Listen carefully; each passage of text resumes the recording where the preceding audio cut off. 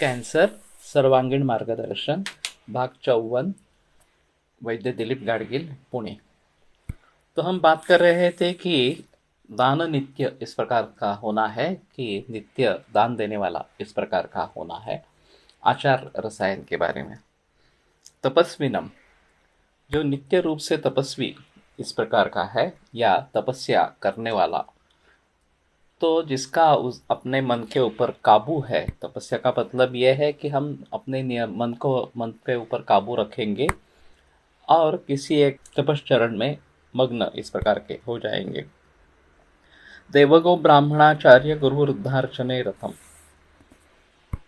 तो देव, गो यानी कि गाय, ब्राह्मण, गुरु, वृद्ध, आचार्य, इनके अर्चन में, इनकी पूजा अर्चा में, इनके आदर सत्कार में जो रत इस प्रकार का हो, तो जो प्रशंसनीय इस प्रकार के व्यक्ति है, उनके बारे में उसके मन में आदर इस प्रकार का होना है और उसी में वो मग्न इस प्रकार का होना चाहिए।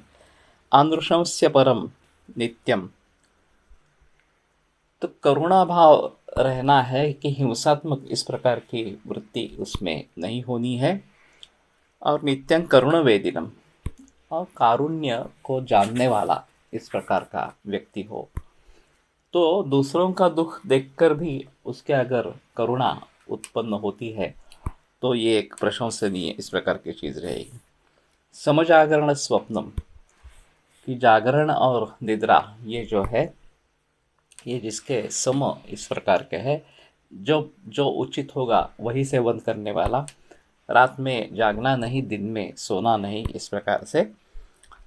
और दोनों का समतोल जो है वो रखने वाला, इस प्रकार संतुलन रखने वाला इस प्रकार का।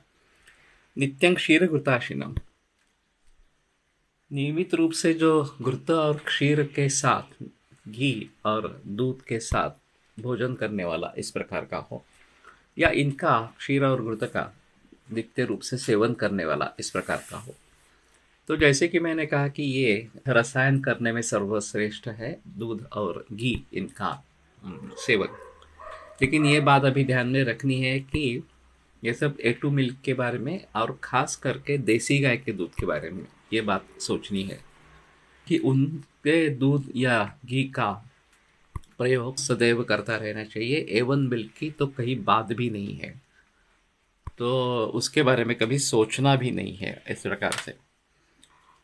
देश काल प्रमाणज्ञम, जो देश काल और प्रमाण इनके बारे में जानकारी रखता हो, इनके बारे में जानता हो, तो किस देश में क्या उचित है, क्या उचित नहीं है, किस काल में क्या करना उचित है, क्या उचित नहीं है, और कितनी मात्रा में जो भी कुछ चीज़ें करनी है, लेनी है या कुछ भी करना है, वो कितनी मात्रा पर्याप्त इस प्रकार की है, उस मात्रा में वो करने वाला। तो इन सभी के बारे में उसको जानकारी भली भांति होनी चाहिए। युक्तिज्ञम, युक्ति एक अलग प्रमाण आयुर्वेद में बताया गया है कि बहुकारण योगजन्य भाव, जो कार्य अनेक कारणों से इकट्ठा आने से, एकत्रित आने से निर्माण होता है, वो किस प्रकार से निर्माण होगा और उसके गुणकर्म क्या होंगे, इसके बारे में जानना ये युक्ति प्रमाण है। ज़्यादातर हम देखते हैं कि एक कारण और एक कार्य, इसको समझना आसान होता है थोड़ा सा, लेकिन अनेक कारण अगर है और उनसे उत्पन्न होने वाला कोई भाव इस प्रकार का है, तो उसको समझ लेना काफ़ी मुश्किल इस प्रकार का हो जाता है।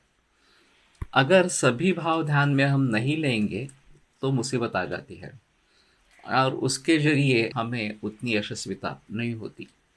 खास करके वैद्यक में युक्ति प्रमाण का बहुत ज़्यादा महत्व इस प्रकार का है।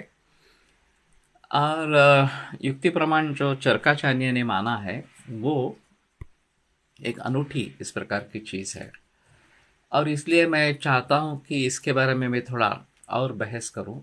रोग का निर्माण ये भी युक्ति के आधार पर है और रोग की चिकित्सा भी युक्ति के आधार पर है।